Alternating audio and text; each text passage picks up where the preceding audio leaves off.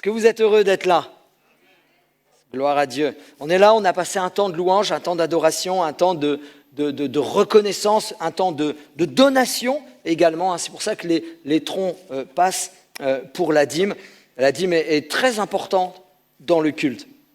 Mais tout est important. Maintenant, on va échanger un peu la parole de Dieu. Qui aime la parole de Dieu? Qui aime la parole de Dieu? Gloire à Dieu. Il y a pas mal de mains qui se lèvent, hein, pas toutes, mais pas mal de mains qui se lèvent. Mais je sais qu'il y en a qui n'ont pas osé lever la main, mais qui aiment la parole de Dieu. La parole de Dieu bénit. Amen. Est-ce que vous croyez que Dieu bénit? La parole de Dieu bénit. La parole de Dieu conduit. La parole de Dieu dirige. La parole de Dieu renouvelle. Je crois même qu'elle guérit, la parole de Dieu. Alléluia. Mais elle nous appelle aussi à nous examiner. Elle nous appelle aussi, des fois, à changer de direction. Elle nous appelle aussi, je sais qu'il y a un mot qu'on n'aime pas trop, mais à obéir à sa parole, à obéir à l'Éternel.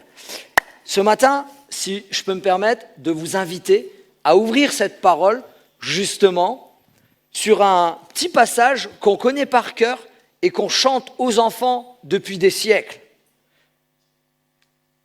Donc,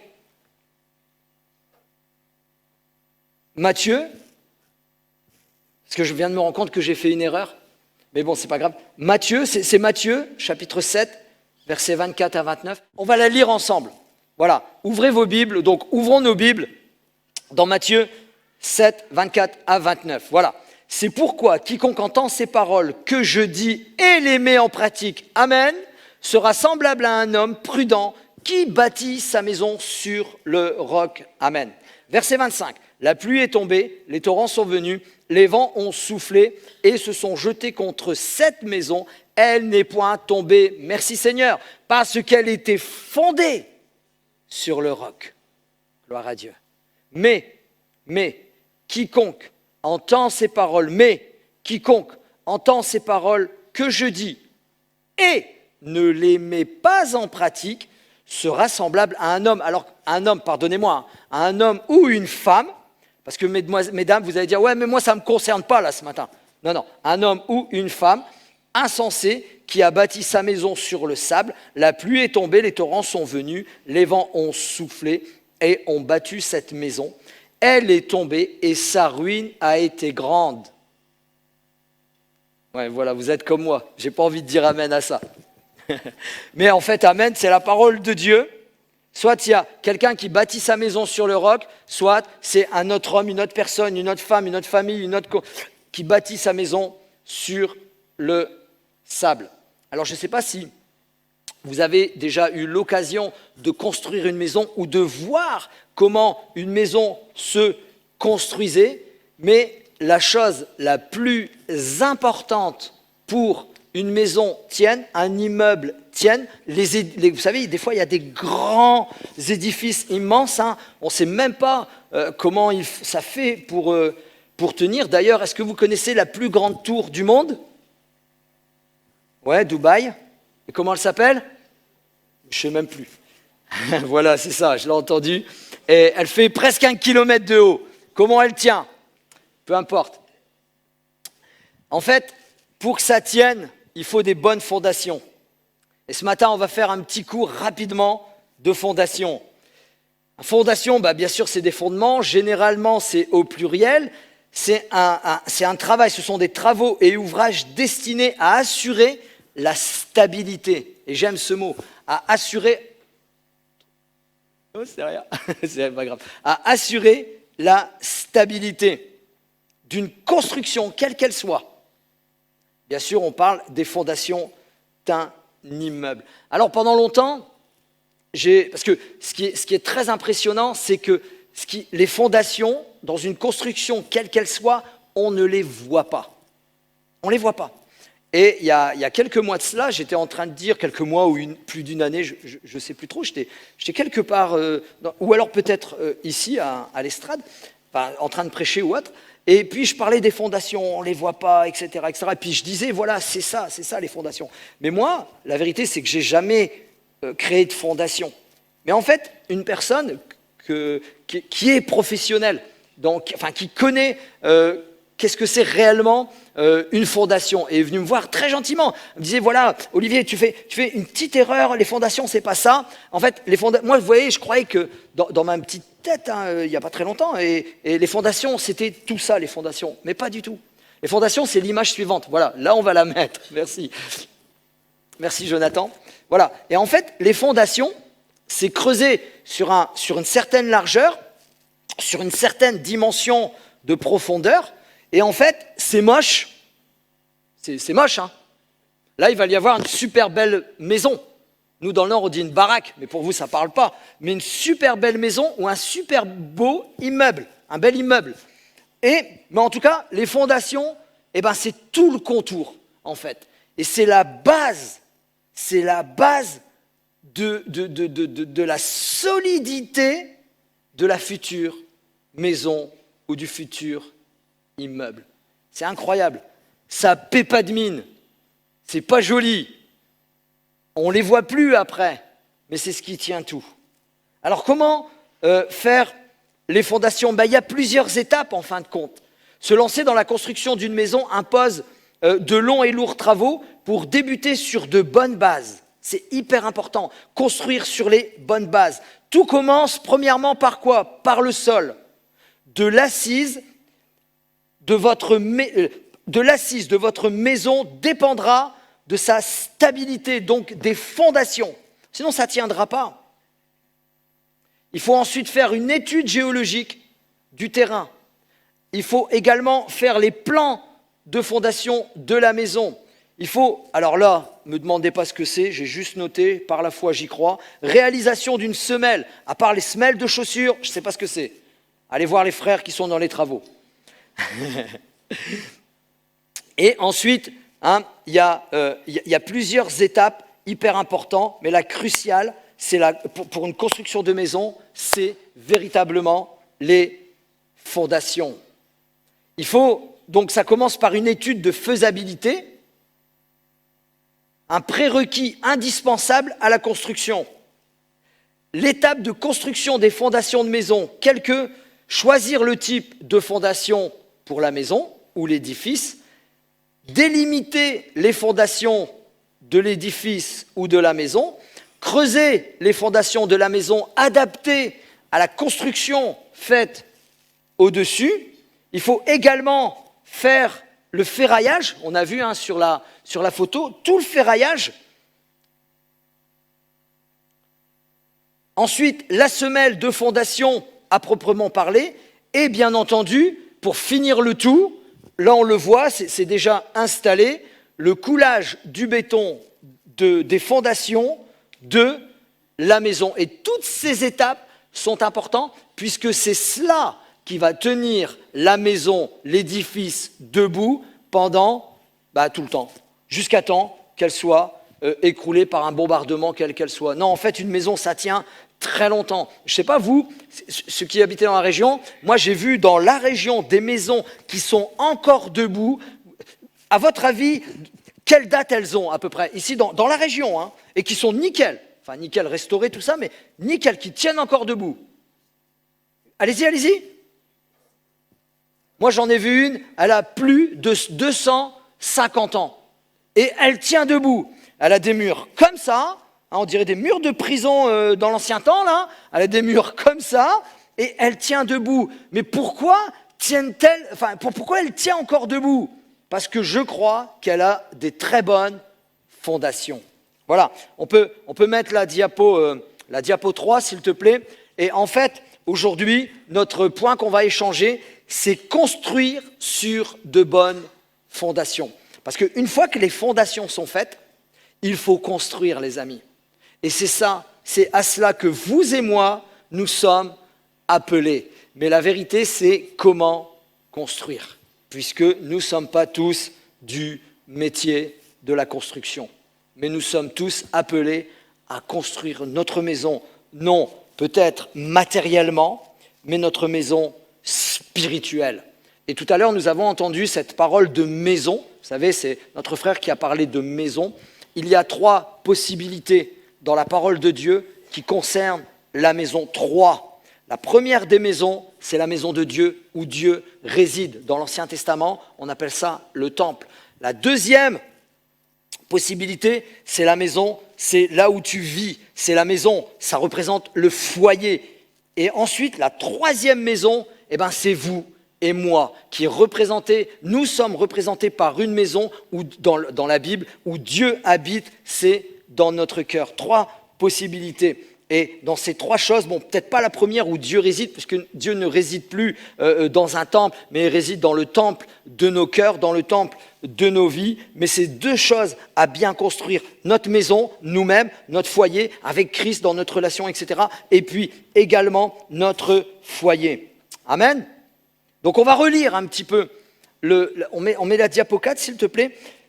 Matthieu 7, versets 24 à 29, c'est pourquoi quiconque entend ces paroles que je dis, Jésus parle, et les met en pratique sera semblable à un homme, une femme prudent, un homme prudent, une femme prudente, qui bâtit sa maison sur le roc.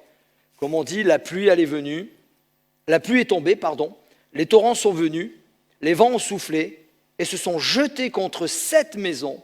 Elle n'est point tombée parce qu'elle était fondée sur le roc. Amen. Gloire à Dieu. Prenons quelques instants un petit peu. On a donné la référence de cette parabole, si je puis dire, Matthieu 7, qui se trouve du verset 24 à 29. Vous savez qu'au départ, la Bible, quand on l'a reçue, il y a à peu près, elle a été reconstituée, le Nouveau Testament, à peu près au IVe siècle, il n'y avait ni chapitre, ni verset. C'est hyper important, ils ont été mis beaucoup plus tard. Et là, nous arrivons donc à ce que nous appelons Matthieu chapitre 7, versets 24 à 29.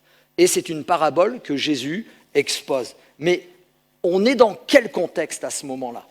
En fait, tout simplement, c'est ni plus ni moins une conclusion d'un chapitre, je dirais de 3 chapitres, que Matthieu a considéré comme important. C'est quoi? C'est tout simplement ce que nous appelons le sermon sur la montagne. Le sermon sur la montagne commence dans Matthieu au chapitre 5. Il continue au chapitre 6 et il termine au chapitre 7. Et Jésus conclut ce sermon sur la montagne par la parabole de celui qui construit, de l'intelligent qui construit sa maison sur le roc et le fou qui construit sa maison sur le sable. Pourquoi parler de ceci? Parce que tout simplement, si vous relisez Matthieu, parce qu'il y a beaucoup de questions qui se posent dans beaucoup de domaines et à certains moments de nos vies, tout simplement, si vous lisez Matthieu 5, Matthieu 6 et Matthieu 7, que vous le relisez et que vous le re-relisez et que vous le lisez plusieurs fois et vous l'assimilez et vous l'enregistrez et vous commencez à le mettre en pratique, vous allez mettre en pratique la vie que Dieu attend pour chacun d'entre nous. C'est véritablement ça. Alors, le sermon sur la montagne, comme je le disais, c'est Matthieu qui a décidé de le reconstituer de telle manière. Mais ce n'est pas moi qui le dis, ce sont des théologiens qui ont étudié pendant des années, des décennies, voire des siècles, par relais, etc. Il est considéré que, tel que nous le trouvons dans Matthieu, le sermon sur la montagne, dans Matthieu 5, 6, 7, n'a pas été prêché de cette manière-là à un jour bien précis. Je m'explique. En fait, c'est le cœur du message de Jésus. Il est prouvé que Jésus, régulièrement, il prêchait ces choses. Et Matthieu, parce que si vous retrouvez un autre sermon sur la montagne, dans Luc, et en fait, ce n'est pas écrit de la même manière. Les théologiens considèrent que Matthieu a reconstitué toutes les pensées sur ces faits-là, de la part de Jésus, que Jésus a prêché, Jésus a annoncé. Effectivement, il y a eu un jour un sermon sur la montagne, mais il n'est pas prouvé théologiquement qu'il a été fait de telle manière. Non, c'est Matthieu qui a écrit, il a fait plusieurs écrits, il a fait plusieurs relevés de ce que Jésus prêchait, et il a appelé ça, nous avons appelé ça le sermon sur la montagne, qui démarre par quoi? Exactement, qui démarre par les béatitudes. Mais le plus important, c'est que Jésus le dit, le plus important, peu importe si ça a été prêché ce jour-là, peu importe si ça a été prêché tout le long du ministère de Jésus qui a duré 3 ans et demi approximativement, le plus important, c'est la conclusion de Jésus lui-même. Celui qui entend ces paroles. Merci Seigneur pour l'entente. Je dirais même merci Seigneur pour ta parole. Parce que nous avons cette opportunité de l'entendre, de l'écouter. Vous savez que c'est une grâce et un privilège. Tout à l'heure, ce matin, on était là à la prière et je vous invite à venir nous rejoindre ponctuellement de temps en temps, à venir prier avec nous pour le culte. Il y a une sœur qui priait, merci Seigneur, parce que nous avons le privilège d'entendre, d'écouter, de venir louer, de venir adorer, de venir prier. Comme on l'a vu récemment, il y a des endroits dans le monde où c'est strictement interdit, jusqu'à en payer du prix de leur vie, d'adorer Jésus. Et nous, on a cette grâce, cette liberté de le louer, de l'écouter, de l'entendre. Mais mes frères et sœurs, mes amis, qui que nous soyons, quel que soit ce que nous traversons, quel que soit ce qui nous inquiète, ce qui nous angoisse, quel que soit, vous savez, des fois, c'est « mais Seigneur, comment je fais pour encore croire ?» Vous savez, et puis on entend des bruits, toutes sortes d'affaires autour de nous, et puis qui diminuent notre foi, qui diminuent, pardonnez-moi, qui tuent Christ en nous. Mais le Seigneur nous dit, oui, non seulement tu as l'opportunité, la grâce et le privilège d'entendre ma parole, de la lire, de la comprendre, de la méditer, mais ce qui est le plus important, c'est de la mettre en pratique. De la mettre en pratique. Mes frères et sœurs, c'est comme ça, c'est la base. C'est comme ça qu'on construit sa maison sur le roc. Mais je vais vous dire honnêtement, on est tellement abreuvé de toutes sortes d'affaires, de toutes sortes de choses, bien comme moins bien. On est dans une période où je vois beaucoup de gens et beaucoup d'enfants de Dieu troublés de toutes parts, dans tous les domaines, dans plein de choses. Mon frère, ma sœur, ça c'est une parenthèse, quand on voit quelque chose sur Internet, n'y va pas aux premières sensations. On fait la différence entre la foi et la sensation. La foi n'est pas une sensation. Dieu peut nous donner des sensations, gloire à Dieu. Dieu peut nous donner des frissons, gloire à son nom. J'ai aucun problème là-dessus. C'est normal. Parce que des fois, on a des émotions. On pleure devant Dieu. On peut rire devant Dieu. On peut être joyeux devant Dieu. On est saisi, on parle en langue devant Dieu si vous croyez au baptême du Saint-Esprit. On a toutes sortes d'émotions dans la présence de Dieu. Mais il y a un vrai danger avec les émotions dans la présence de Dieu, parce que si tu recherches les émotions que tu as eues hier dans la présence de Dieu, si tu recherches des émotions, tu recherches une idole. Et si tu recherches une idole, tu es banni. Dieu déteste. Il ne supporte pas l'idolâtrie. Apprendre à goûter à la présence de Dieu, c'est « Seigneur, je suis devant toi ». Et c'est un acte de foi, qu'il nous parle ou qu'il ne nous parle pas, qu'il nous donne un frisson ou qu'il ne nous en donne pas, que c'est bien ou que c'est pas bien, on trouve, et j'en passe, et j'en passe. Non, c'est un acte de foi. J'ai une question, est-ce que vous croyez que Dieu est là? Est-ce que vous croyez quand vous êtes chez vous, Dieu est là? Est-ce que vous croyez que quand vous êtes dans votre voiture, Dieu est là? C'est tout, c'est ça, que vous le sentez ou que vous ne le sentiez pas, c'est ça l'amour avec Dieu. Alors ne recherchons pas des choses. Quand je disais, voilà la base de mon point, c'était quand vous trouvez quelque chose qui... Waouh! Vérifiez dans la parole de Dieu si c'est de Dieu. C'est tout. Venez, bien sûr, discutez-en avec les uns, les autres, les frères et sœurs. Mais ne nous laissons pas détourner par des choses. Vous savez, aujourd'hui, j'ai l'impression, honnêtement, je vais vous dire, partagez mon cœur, j'ai l'impression qu'il y a un évangile qui est en train de se construire, qui est centré sur moi, qui est centré sur nous. Ah, je vais aller là, je vais avoir ça, je vais vivre ça. Pardonnez-moi, c'est tout le contraire de l'évangile. Jésus est venu pour donner. Jésus est venu pour les autres. Et si nous, ce matin, nous devons être là, c'est d'abord pour donner. Donner quoi? Vous allez me donner rien à moi, hein, je vous rassure. Hein. Juste votre présence et une bénédiction. On est venu donner notre louange à Dieu. On est venu donner notre adoration à Dieu. On n'est pas venu faire de la louange pour avoir des frissons. On n'est pas venu adorer pour passer un bon moment. Je vous le dis franchement, hein, autant aller à un concert. Vous savez, les concerts un peu... Tu vas avoir plus de ça. Dans ma vie, je suis déjà allé à des concerts qui m'ont transporté dans des dimensions, vous savez, un peu... Enfin, bref.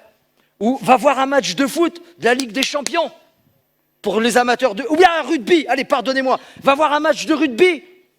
Là, l'équipe que tu préfères. Je te promets qu'à cet endroit-là, tu vas avoir des sensations. C'est pas un péché, hein. Mais si tu viens dans la présence de Dieu pour « Seigneur, donne-moi des frissons, donne-moi des sensations », tu commets un péché, mon frère, ma soeur. Je suis obligé de te le dire ce matin. Mais si tu as des frissons et des sensations, c'est pas un péché. Si tu recherches des frissons et des sensations, c'est un péché. Vous voyez la nuance? Dieu fait ce qu'il veut. Heureusement. Mais ne recherchons pas les sensations qu'on a vécues hier. Ne recherchons pas les frissons que nous avons vécus hier. Ne recherchons pas les expériences que nous avons vécues. Non, la manne, demain, il ne faut plus venir la chercher. Elle va pourrir, il va y avoir des vers. Mais Dieu renouvelle ses bontés à chaque jour, à chaque matin. Oh, que ta fidélité est grande. Donc il faut continuer à entendre la parole de Dieu, qu'elle vienne régénérer nos cœurs. Mais que nous soyons véritablement ouverts, parce qu'il faut être ouvert, je sois ouvert, que nous soyons ouverts à obéir à la parole de Dieu. À obéir, pardon.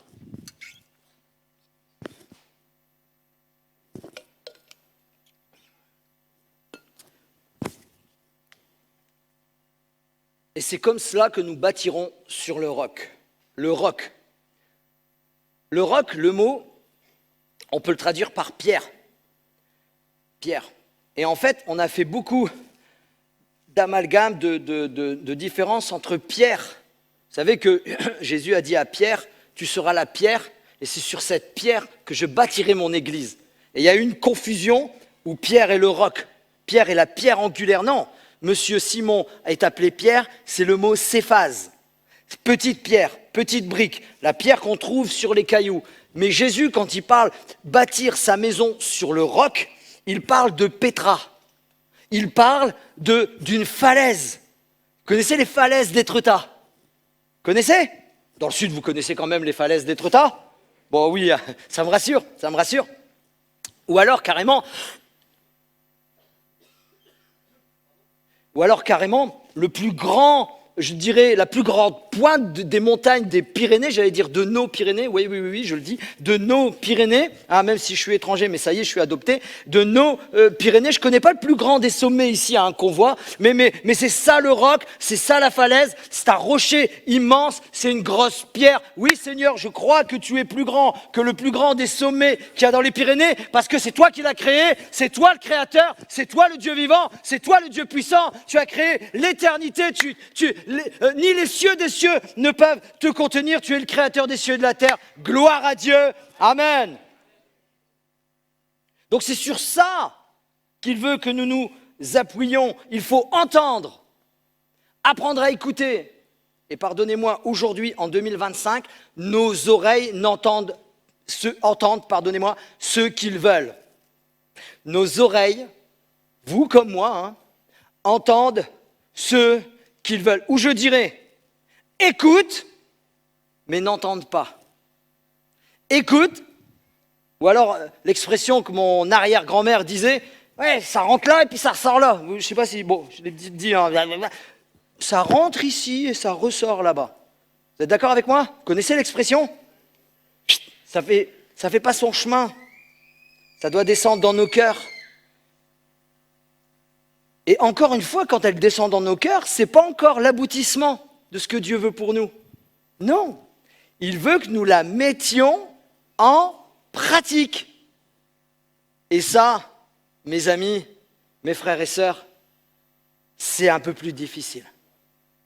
Mais franchement, entre vous et moi, on est en famille ce matin. Il n'y a rien de plus formidable. Il n'y a rien de plus formidable. Il n'y a rien de plus formidable. Mettre en pratique la parole de Dieu, c'est libérateur. Mettre en pratique la parole de Dieu, nous devenons des constructeurs. Construire nos vies.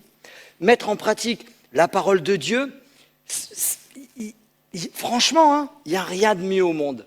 Alors je ne sais pas ce que tu préfères dans ta vie, ce que tu aimes le plus, mais mettre en pratique la parole de Dieu, c'est encore mieux. De ce que tu préfères, de ce que je préfère. Note sur un petit bout de papier, sur ton petit carnet, qu'est-ce que je préfère ? Je préfère ça, ok, je préfère ça. Eh bien, la parole de Dieu, c'est mieux que ce que je préfère quand je la mets en pratique dans ma vie. Et même quand c'est compliqué. Même quand c'est compliqué. Amen. Amen. La diapo 5 nous dit, Proverbe 10, verset 8, « Celui qui est sage de cœur reçoit les préceptes. » Précepte, on peut le traduire par direction. Reçoit l'enseignement, reçoit la doctrine, reçoit les lois. Mais celui qui est insensé des lèvres court à sa perte. Galates 5, 7, « Vous couriez bien. Qui vous a arrêté pour vous empêcher d'obéir à la vérité ?» C'est ce que je disais tout à l'heure.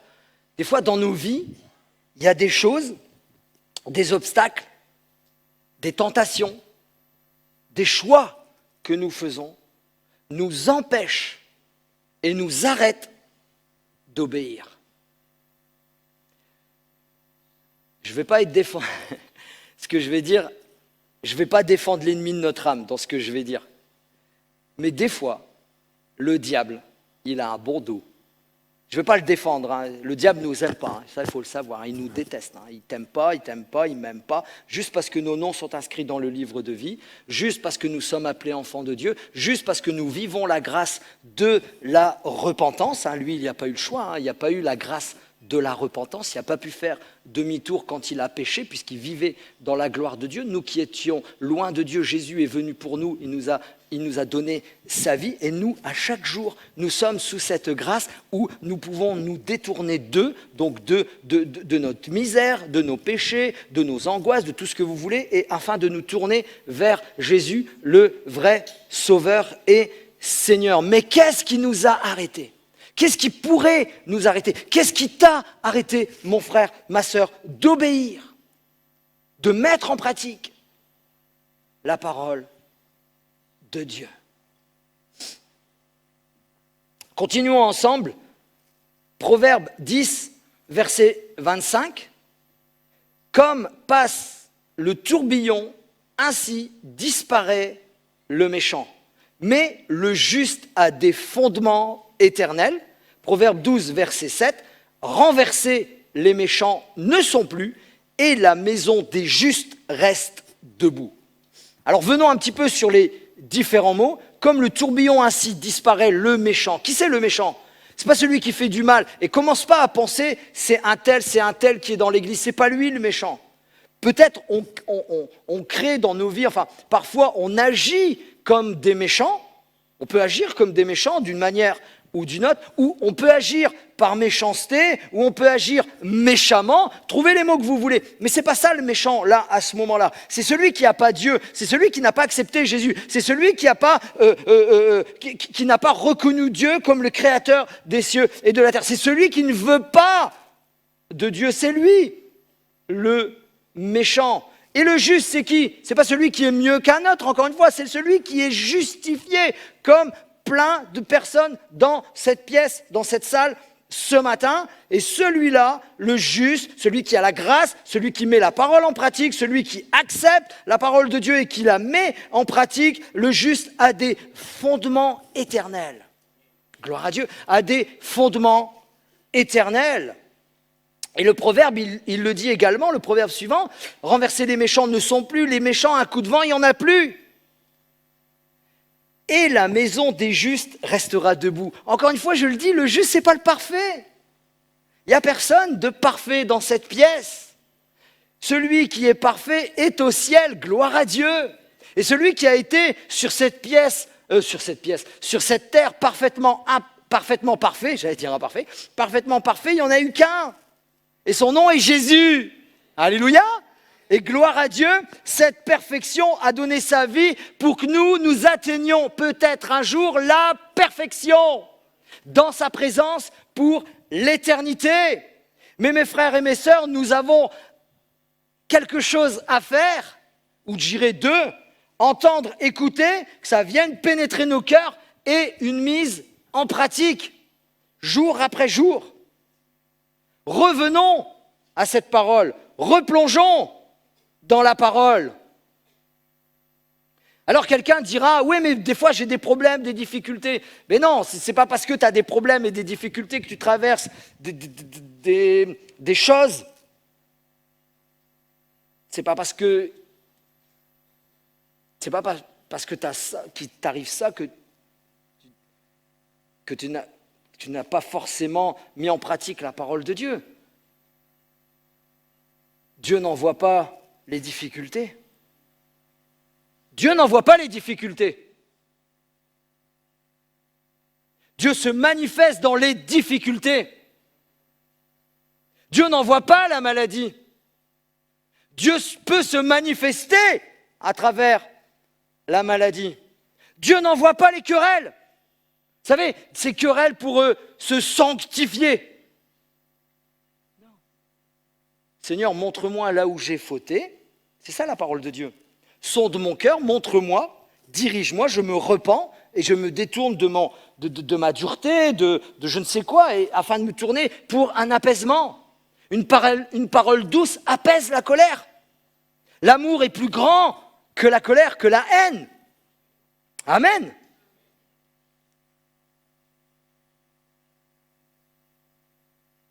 Une relation, quelqu'un a dit, la diapo 7, une relation n'est pas basée sur le nombre de temps que vous avez passé ensemble, elle est basée sur la fondation que vous avez construite ensemble. Que ce soit dans les foyers, que ce soit dans les couples, que ce soit dans les relations humaines, que ce soit dans les amitiés, quel que soit. Et surtout, mes amis, et surtout, notre relation avec Dieu. Notre relation avec Dieu. Qui construit la fondation avec Dieu? Souvent on dit, construisez les fondations. C'est une erreur. Ce matin, l'objectif c'est de nous emmener, vous comme moi, de construire sur de bonnes fondations, soit le sable, soit le roc. Avec le Seigneur, les fondations que nous avons vues tout à l'heure, nous avons exposées tout à l'heure, ce n'est pas nous qui les construisons, les fondations. Ce n'est pas vous et moi qui les construisons, les fondations. C'est une erreur. Nous bâtissons sur la seule fondation solide, c'est Christ. Ce n'est pas nous qui construisons les fondations. Tout à l'heure, j'ai dit, pour une fondation, on choisit le terrain, on creuse le terrain, on fait une analyse géologique, etc., etc. Ce n'est pas nous qui faisons ça.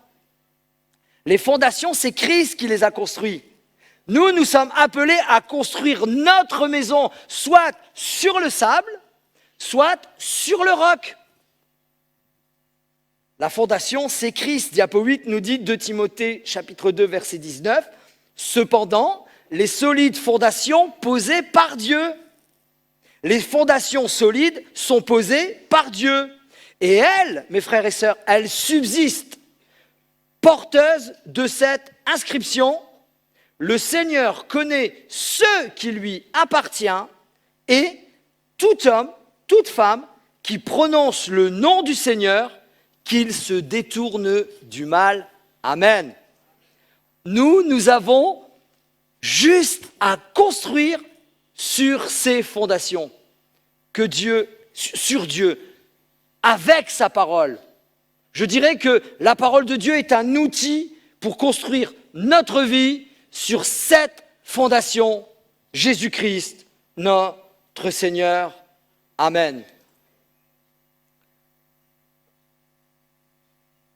Alors que faire? Comment faire? La chose la plus importante, souvenons-nous quand Pierre, rempli du Saint-Esprit, juste après la Pentecôte, il se lève et il va prêcher à des gens qu'il pense qu'il est ivre, et des milliers de personnes. Il prêche, il annonce, il s'appuie sur Joël, mais ces hommes, ces femmes ne sont pas ivres, elles sont juste remplies du Saint-Esprit. Voici la promesse, Joël 3. Vos fils et vos filles prophétiseront, vos vieillards auront des songes et des visions. Et puis, il leur annonce Jésus-Christ. Il leur déclare que Jésus est le seul Seigneur, seul Sauveur, le Jésus que vous avez crucifié. Il est ressuscité. Et Acte 2, verset 37 nous dit, après avoir entendu ce discours, donc tous ces milliers de personnes, ils eurent le cœur vivement touché. Et il dira à Pierre et aux autres apôtres, hommes et frères, que ferons-nous? Qu'est-ce qu'on doit faire? Bien sûr, dans ce contexte-là et ce jour-là, Pierre va leur expliquer comment bâtir une solide fondation en leur disant 3 choses. Il leur dit 3 choses juste après, très important. Et peut-être même parmi ces 3 choses, nous l'avons fait, nous l'avons vécu. C'est repentez-vous. Soyez baptisés au nom de Jésus et recevez le Saint-Esprit. C'est 3 choses fondamentales qu'il dit à ces hommes et ces femmes qui sont perturbés par tout ce qui se passe. Et la Bible nous dit juste après que 3000 hommes ont accepté le... Là, ils ont entendu, mais ils ont accepté à la signature du contrat, pardonnez-moi de cette expression peut-être, à la signature du contrat, c'est « repentez-vous ».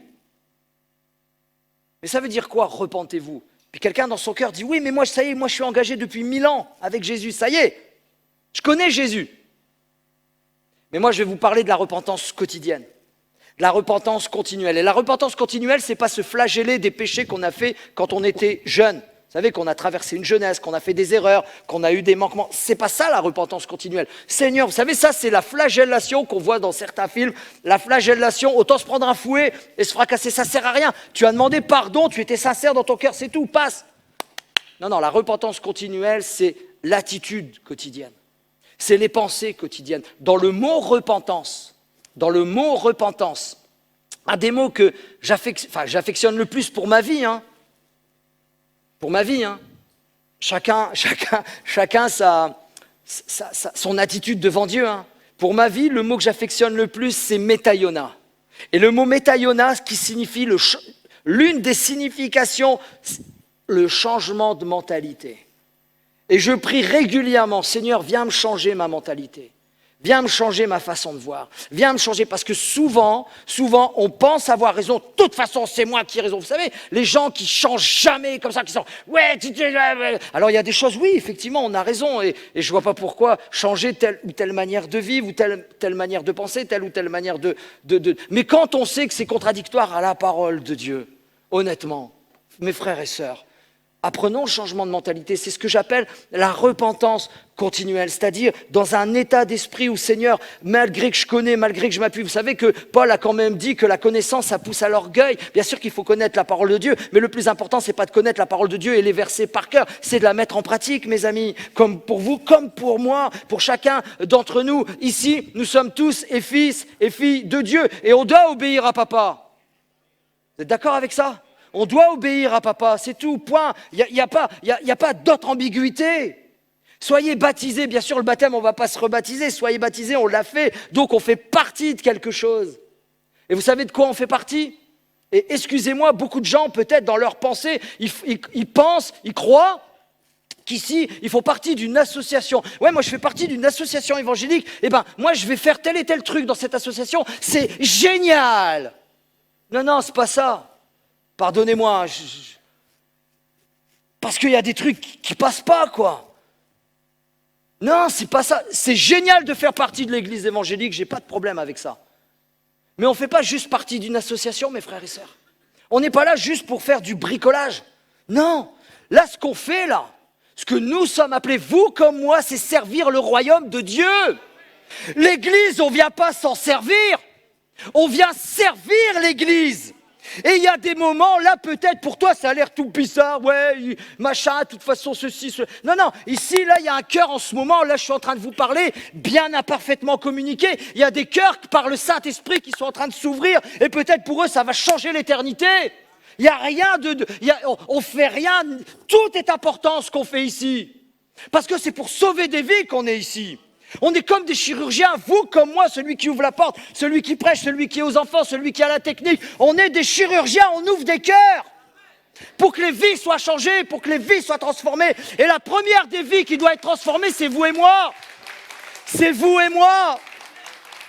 Qu'on aime ou qu'on n'aime pas, on n'est pas venu jouer ce matin. Je ne suis pas venu jouer ce matin. Ce matin, mon réveil il a sonné à 4h30 du matin. Je me suis levé, j'ai dit, vas-y, grosse feignasse, bouge-toi, va louer le Seigneur. On est là pour ça, mes amis. On n'est pas en train de jouer. Il y a des âmes en jeu. Tu es une âme en jeu. Tu es une âme importante. Nous sommes des âmes, des hommes et des femmes importants.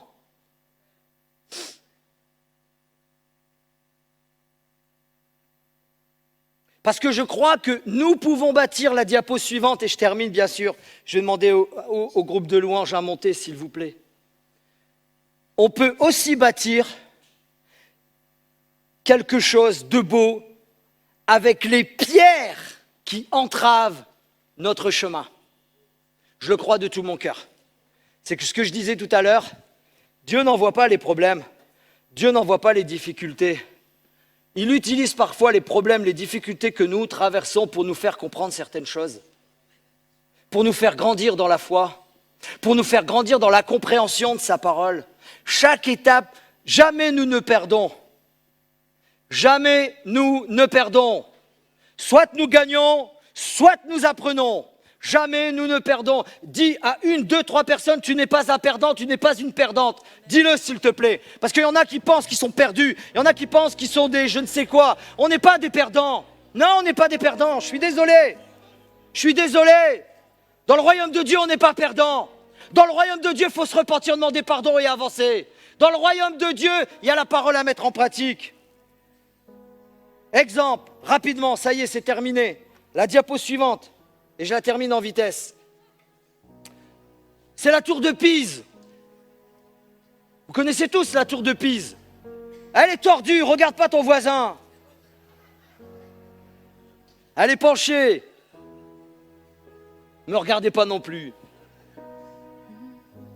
La vérité, c'est qu'on est tous penchés quelque part dans notre vie et que Dieu veut redresser. Avec amour, avec bienveillance, avec bonté, avec grâce et miséricorde. C'est ça la vérité. Tu vois un défaut chez moi, je te mets au défi de prier. Je vois un défaut chez toi, Seigneur, donne-moi la grâce de prier. C'est ça que ça doit être l'Église. L'amour, la bienveillance, la bonté. La tour de Pise, elle est tordue. Elle est penchée, pardon. Pardonnez-moi. Chasse le naturel, il revient au galop. Sa construction, elle a été faite vers le XIIe siècle, 1173.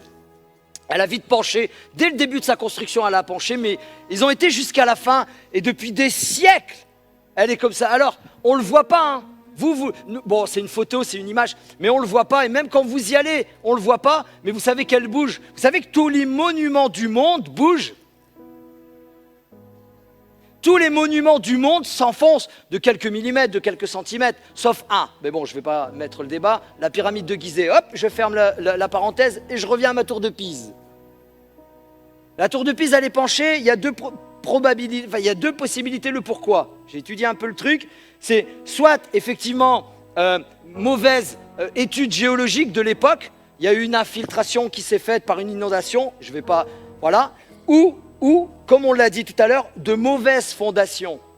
Mais ils ont découvert, allez voir sur le National Geographic, ils ont découvert, il n'y a pas très longtemps, que peut-être elle se redresserait. Alors je ne vais pas prendre l'image où il te faut 1000 ans, toi, mon frère, ma soeur, pour te redresser. Hein. Pas du tout, hein. Je ne pense pas du tout à ça. Ou peut-être pour moi, hein. Ça c'est ma femme qui le dira. Mais ne restons pas des siècles comme ça, mes frères et sœurs. Ne restons pas des siècles comme ça. Ne restons pas des siècles penchés. Ne restons pas des siècles à pas savoir. Non, au contraire. Seigneur, je veux juste que tu me redresses. Donne ta parole dans mon cœur. Donne-moi ton enseignement. Apprends-moi à respecter ta parole. Apprends-moi pas juste à l'entendre, à l'écouter, mais apprends-nous, Seigneur, ensemble, à la mettre en pratique. Je vais lire le dernier verset et on va chanter. On va chanter comme une déclaration. 1 Corinthiens 3, versets 10 à 15 nous dit « Selon la grâce de Dieu qui m'a été donnée, c'est l'apôtre Paul qui parle, j'ai posé le fondement, donc avec sa parole, comme un sage architecte, mais c'est Dieu qui a creusé les fondations. Et un autre a bâti dessus, mais que chacun prenne garde à la manière dont il bâtit dessus. Prenons garde, mes frères et sœurs, car personne ne peut poser un autre fondement que celui qui a été posé, savoir Jésus-Christ. Or, si quelqu'un bâtit sur un fondement avec de l'or, de l'argent, des pierres précieuses, du bois, du foin, du chaume, l'œuvre de chacun, vous comme moi, sera manifestée, car le jour la fera connaître parce qu'elle se révélera dans le feu, et le feu éprouvera ce qu'est l'œuvre de chacun. Si l'œuvre bâtie par quelqu'un sur le fondement subsiste, les matériaux que nous allons emprunter, que nous allons utiliser pour construire sur le fondement, ils vont un jour passer par le feu, vous comme moi. Et même la Bible, je le rajoute, même la Bible dit que celui qui est là, il sera jugé 2 fois plus. Seigneur, déjà pardonne-moi pour les erreurs que j'ai faites tout au long de ma vie et ceux que je vais faire encore, ici. Pardonne-moi. Mais je veux construire avec du matériel, que ce soit du chaume, que ce soit des pierres, que ce soit de l'or, que ce soit, peu importe. Tant que avec quoi nous construisons sur le roc tienne le jour où il passera dans le feu, dans le four crématoire. Et quand il sera ressorti du four crématoire, si c'est encore debout, la Bible dit, c'est là, c'est ça qui prouvera que nous avons bien construit. Il y en a, ils construisent avec de l'or aujourd'hui. Et on les voit partout et puis machin. Puis il y en a des petits malheureux qui construisent avec des... On pense... Puis on peut...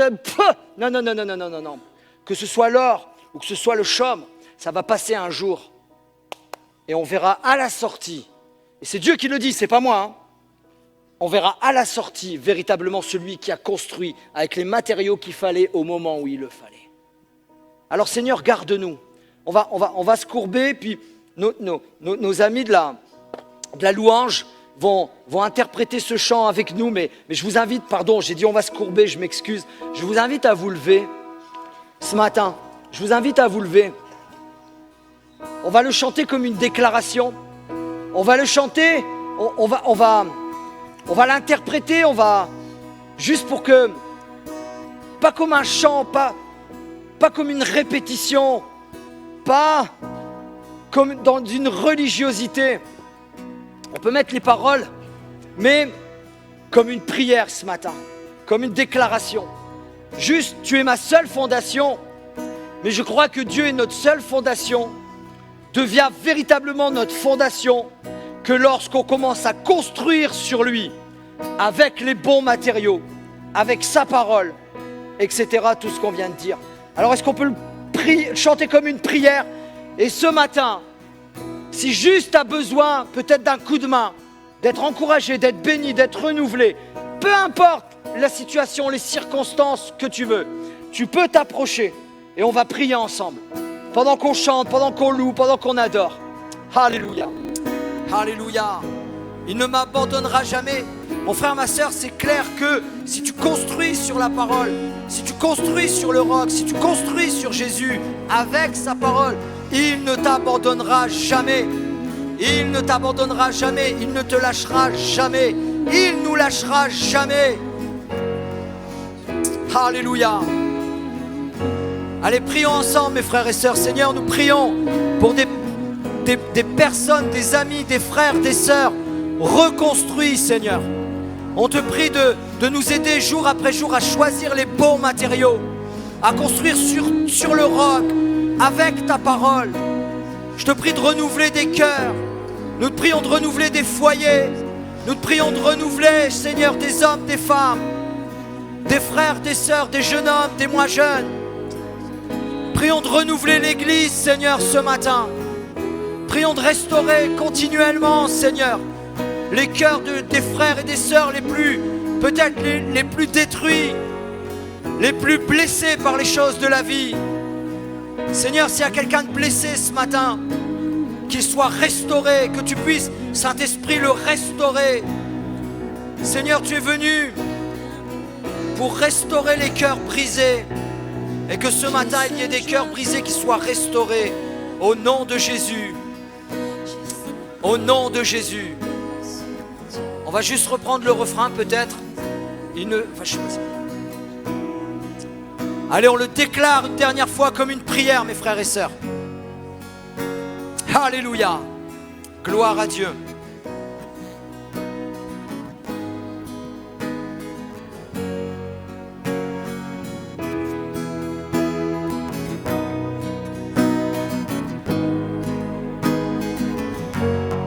Christ est ma seule fondation,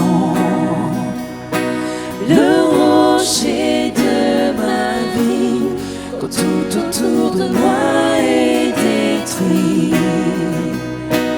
En lui est mon appui, car j'ai mis ma foi en Jésus.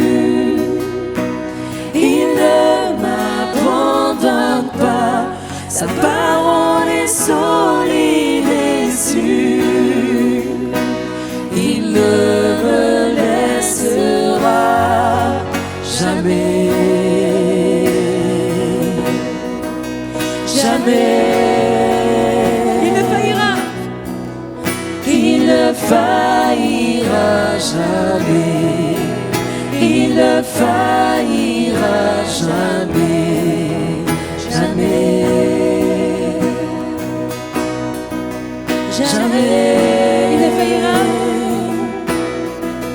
il ne faillira jamais, il ne faillira jamais, jamais,